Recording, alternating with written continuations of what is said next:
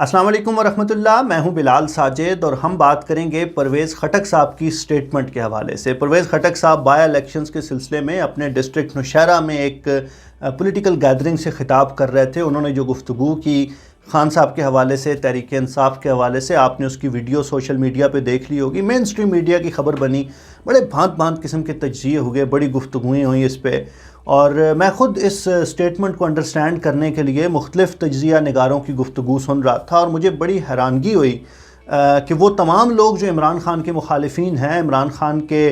مخالف کیمپ میں بیٹھتے ہیں، جب وہ تجزیہ کرنے بیٹھے تو کس طرح انہوں نے اپنی خواہش کو تجزیہ بنا کے پیش کیا، اور یہ وہ چیز ہے جو ہمیں انڈرسٹینڈ کرنی چاہیے۔ آپ میں سے بہت سے لوگ جانتے ہیں کہ ہم خان صاحب کو سپورٹ نہیں کرتے، ہم خان صاحب کے حمایتی نہیں ہیں، بہت سے معاملات میں ہمیں ان سے اختلاف ہے اور اختلاف رہے گا، لیکن یہ جو پرٹیکولر انسیڈنٹ ہے، اس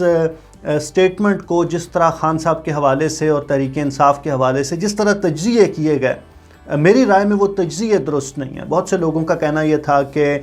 پرویز خٹک صاحب نے سینٹ الیکشن کے حوالے سے خان صاحب کو میسج کنوے کیا ہے، بہت سے لوگوں کا کہنا یہ تھا کہ مقتدر قوتوں نے خان صاحب کو یہ میسج کنوے کروایا ہے پرویز خٹک صاحب کی زبان سے، بہت سے لوگوں کا کہنا یہ تھا کہ پرویز خٹک صاحب بنیادی طور پہ جس طرح تحریک انصاف کے اندر گروپس ہیں، شاہ محمود قریشی گروپ ہے، جہانگیر ترین گروپ ہے، اسی طرح پرویز خٹک کا اپنا ایک حلقہ اثر ہے، اور وہ یہ سارا جو میسج کنوے کیا جا رہا ہے یہ اس طرح سے کیا جا رہا ہے۔ لیکن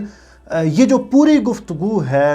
مجھے لگتا ہے یہ خواہش ہے، تجزیے سے زیادہ خواہش ہے۔ ہماری یہ خواہش ہوتی ہے کہ کاش تحریک انصاف کے اندر اس طرح کے گروپس ہوں اور پھر اس طرح سے خان صاحب کو میسج کنوے کرا جائیں۔ میں یہ نہیں کہہ رہا کہ تحریک انصاف کے اندر یہ گروپس موجود نہیں ہیں، گروپنگ موجود ہے، گروپنگ تمام پولیٹیکل پارٹیز میں موجود رہتی ہے، لیکن یہ جو پرٹیکولر سٹیٹمنٹ ہے، اس کو اس گروپنگ کے ساتھ یا میسج کنوے کرنے کے ساتھ اسٹیبلشمنٹ اور سویلین لیڈرشپ کے درمیان جو کمیونیکیشن ہے، اس کانٹیکسٹ میں لینے کی بجائے میں اس کا ایک ڈیفرنٹ کانٹیکسٹ آپ کے سامنے رکھنا چاہتا ہوں۔ دیکھیں، جب بھی کوئی پولیٹیشین اپنے حلقے میں کمپین کرنے جاتا ہے، چاہے وہ کوئی بڑا سیاستدان ہو، چھوٹا سیاستدان ہو، کونسلر سے لے کے ایم این اے تک، جو بھی شخص لوکل سیاست میں جاتا ہے، اپنی کانسٹیچوئنسی میں جاتا ہے، تو وہ اپنے ووٹر کو، اپنے حلقہ انتخاب کو، اپنی کانسٹیچوئنسی میں رہنے والے لوگوں کو یہ تاثر دینے کی کوشش کرتا ہے کہ جو ہائر اپس ہیں، جو ہائرارکی میں اوپر کے لوگ ہیں، پولیٹیکل پارٹی میں جو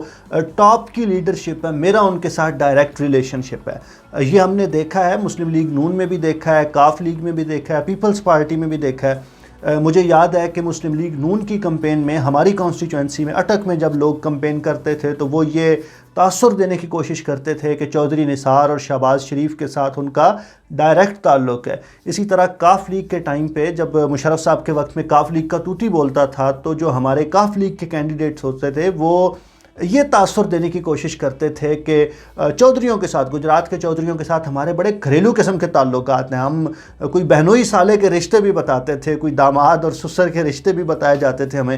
تو یہ جو تاثر دینا ہے نا اپنے ووٹر کو کہ اوپر تک ہماری پہنچ ہے، یہ کسی بھی سیاستدان کا بڑا پرانا وتیرہ ہے، بہت پرانا اس کا ایک سلیقہ طریقہ آپ کہہ سکتے ہیں اس کو۔ تو یہ جو پرویز خٹک نے گفتگو کی، اس کو اس کانٹیکسٹ میں سمجھنا ضروری ہے کہ عمران خان کو میسج کنوے کرنے کی بجائے پرویز خٹک نے جو بنیادی طور پہ میسج کنوے کرنے کی کوشش کی ہے، وہ اپنی آڈینس کو کنوے کرنے کی کوشش کی ہے، جو لوگ اس کے سامنے بیٹھے تھے، اس کے حلقہ انتخاب کے لوگ، اس کی اپنی کانسٹیچوئنسی کے لوگ۔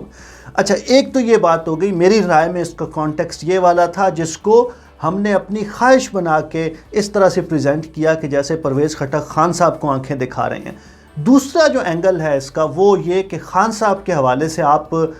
ہزار چیزوں پہ اختلاف کر سکتے ہیں، اور ہمیں ان سے اختلاف ہے۔ میں نے پہلے عرض کیا کہ خان صاحب کے مختلف معاملات پہ ہم پہلے بھی تنقید کرتے رہے ہیں اور آنے والے دنوں میں بھی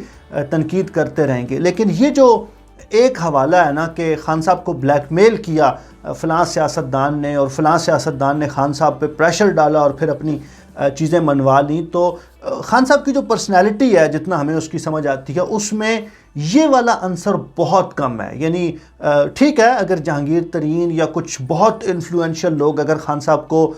ڈکٹیٹ کر سکیں، وہ بھی کسی حد تک ہے، وہ بھی ایسا نہیں ہے کہ 100% وہ خان صاحب کو بتائیں کہ تسی اے کرو گے ورنہ اے ہو جائے گا۔ لیکن یہ جو پرویز خٹک کے لیول کے سیاستدان ہیں، ان کو یہ خان صاحب کو بلیک میل نہیں کر سکتے. یہ بات ہمیں انڈرسٹینڈ کرنی ہوگی. میں آپ کو کئی ایسی مثالیں دے سکتا ہوں پنجاب میں سے جہاں لوگ آئے, بڑی سیٹیں لے کے آئے, بڑے ووٹ لے کے آئے, سب کچھ کیا, لیکن جب انہوں نے خان صاحب کو بلیک میل کرنے کی کوشش کی تو وہ بلیک میلنگ کامیاب نہیں ہوئی. اگین میں آپ کو اٹک سے اس کی ایگزامپل دیتا ہوں. میجر طاہر صادق الیکشن جیت کے آئے, 2 قومی اسمبلی کی سیٹیں, 4 صوبائی اسمبلی کی سیٹیں لے کے آئے, اور الیکشن لڑنے سے پہلے انہوں نے یہ وعدہ کیا تھا کہ آپ مجھے قومی اسمبلی کے ٹکٹ دیں دونوں, اور جب میں ایک سیٹ سے وڈرا کروں گا تو آپ جو وہ والی سیٹ ہے, اٹک شہر والی جو سیٹ ہے, وہ آپ امین اسلم صاحب کو, جو ہمارے ماحولیات کے مشیر ہیں یا وزیر ہیں, ان کو آپ دے دیجئے گا. لیکن بعد میں طاہر صادق صاحب اپنے وعدے سے مکر گئے, اور طاہر صادق صاحب نے خان صاحب کے ساتھ شرطیں رکھنا شروع کر دیں, اور ان شرطوں میں سے ایک شرط یہ تھی کہ اگر آپ امین اسلم صاحب کو کانٹیسٹ کروانا چاہتے ہیں تو آپ میرے حوالے پنجاب کر دیں. اور یہ بڑا کیس بنایا انہوں نے کہ جی میں دیکھیں 4 صوبائی اسمبلی کی سیٹیں لے کے آ رہا ہوں, پورا ضلع لے کے آ رہا ہوں, وغیرہ وغیرہ. تو خان صاحب کو جو بلیک میل کرنے کی کوشش تھی وہ کی گئی, اور خان صاحب نے اس کو بہت سختی سے رسپونڈ کیا, اور اتنا سختی سے رسپونڈ کیا کہ اپنا نقصان کرا بیٹھے. ایک قومی اسمبلی کی سیٹ جو طاہر صادق صاحب نے خالی کی, وہاں پہ ایک ان نون بندے کو ٹکٹ دیا گیا, وہ سیٹ ہار گئے. اسی طرح صوبائی اسمبلی میں بھی مسائل ہوئے, لیکن خان صاحب بلیک میل نہیں ہوئے. اور پرویز خٹک صاحب کے حوالے سے یہاں پہ یہ مینشن کرنا بھی ضروری ہے کہ پرویز خٹک بھی امیدوار تھے وزارت اعلیٰ کے دوسری دفعہ جب تحریک انصاف کی حکومت بنی, یا کسی بڑی امپورٹنٹ قسم کی منسٹری کے امیدوار تھے وفاق میں. لیکن پرویز خٹک صاحب کو وزارت اعلیٰ بھی نہیں دی گئی, اور منسٹری بھی ان کو جو دی گئی ڈیفنس منسٹری ہے ان کے پاس, اور ہونے کو تو بڑی طاقتور منسٹری ہے, لیکن اب آپ جانتے ہیں, آپ لوگ جانتے ہیں کہ کتنی کوئی طاقت ہوتی ہے ہمارے وزیر دفاع کے پاس, اور پھر اگر وزیر دفاع پرویز خٹک ہو تو ان کے پاس کتنی کوئی طاقت ہوگی, یہ بھی آپ اندازہ لگا سکتے ہیں. تو بلیک میل کرنا, خان صاحب کو میسج کنوے کرنا, سینٹ الیکشن کے حوالے سے یہ گفتگو کرنا, میں نہیں سمجھتا کہ پرویز خٹک صاحب کی اس پوری گفتگو کا کانٹیکسٹ یہ والا تھا.